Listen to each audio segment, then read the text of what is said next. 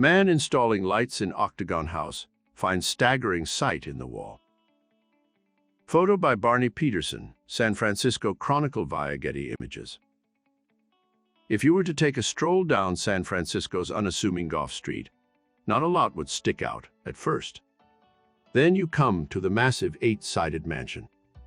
Appropriately known as the Octagon House, this unusual abode has intrigued Californians for generations.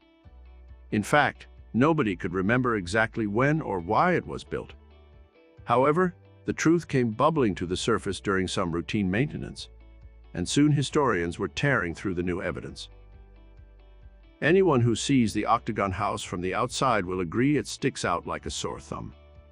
However, the peculiarity of the exterior pales in comparison to the nonsensical angles and corridors inside. Who would ever design such a paradox? Before we begin, make sure to smash that like button, subscribe to our channel, and click the notification bell for more amazing videos. The deeper you get into the house, the more it resembles an M.C. Escher drawing. Certain rooms are only accessible through other rooms, and the upper floor can only be reached via a precarious staircase. That's why there's only one other octagonal home in all of San Francisco. So who invented the bizarre design in the first place? The original 1842 blueprint came from Orson Squire Fowler, best known for popularizing phrenology, the debunked science of deciphering a person's psychology through the bumps on their skull. But there was no evidence tying Fowler to the San Francisco structure. Located in the Cows Hollow neighborhood, once a hotspot for the cattle industry, the Octagon had barely any records. Even more mysteriously, 20th century scholars couldn't find any documentation about its origins. So why was its history so obscure? The biggest cause was the catastrophic 1906 earthquake, which leveled 80% of San Francisco and killed 3,000 people.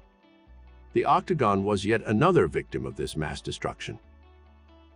While the skeleton of the house stood strong, an entire side of the house collapsed during the earthquake. The Octagon would require extensive repairs, but that wasn't the only big decision made about its future. The owners at the time chose to actually move the entire building across Gulf Street. That costly process included some renovations to the Octagon, but that family didn't stick around for long. The deed bounced around between a few other proprietors before landing in an unusual set of hands. By the 1920s, the building wasn't even a private residence any longer. Pacific Gas and Electric Company purchased the site with the intention of building a power station. That plan involved blowing the octagonal structure to smithereens. Fortunately, they never got around to destroying the historic site.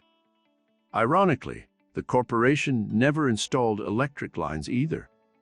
The historically minded National Society of the Colonial Dames of America purchased the Octagon in 1954.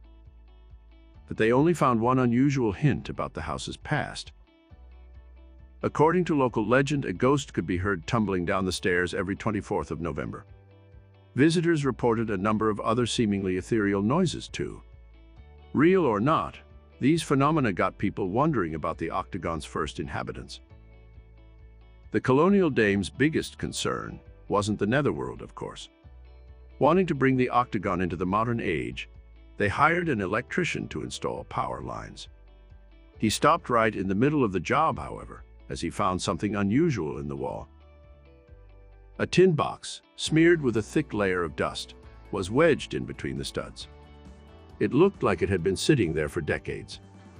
The dames gasped when they inspected its contents.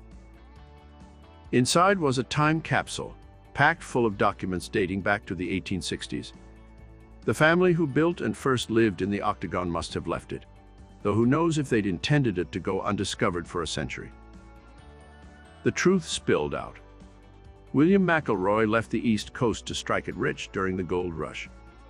Unlike the throngs of prospectors, he turned his attention to milling rather than panning for gold. McElroy did well enough to bring his wife Harriet out to join him. Pooling their resources, William and Harriet built a trendy octagonal home in San Francisco. They had a great view of the booming city thanks to their many windows. Look whichever way you will, and you observe happiness, prosperity, and wealth, wrote William in one letter. The Octagon was under construction for 2 years during the 1860s. The McElroys exchanged letters about it with friends and family, and they also made note of contemporary events like the Civil War. Upon the house's completion, the McElroys were thrilled with the final product. They raised their daughter Emma there and remained in the house for about half a century. After William's death, the family rented out a couple rooms, with one famous guest in their ledger. That was journalist Daniel O'Connell, best known for founding an elite men's social organization called the Bohemian Club. The colonial dames were shocked by all the untold history that happened right within these 8 walls.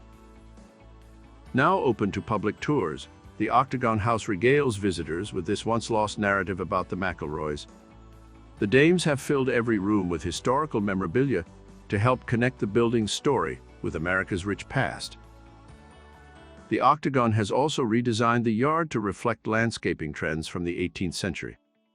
It truly is a marvel, though it's not the only unusual home hiding some secrets from the past. In the case of the Jackson home, however, these secrets may have been best left undisturbed.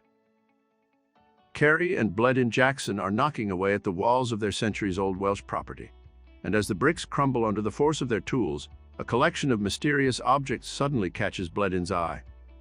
This isn't the first discovery the couple have made in their history-rich home, and it's unlikely it'll be the last either.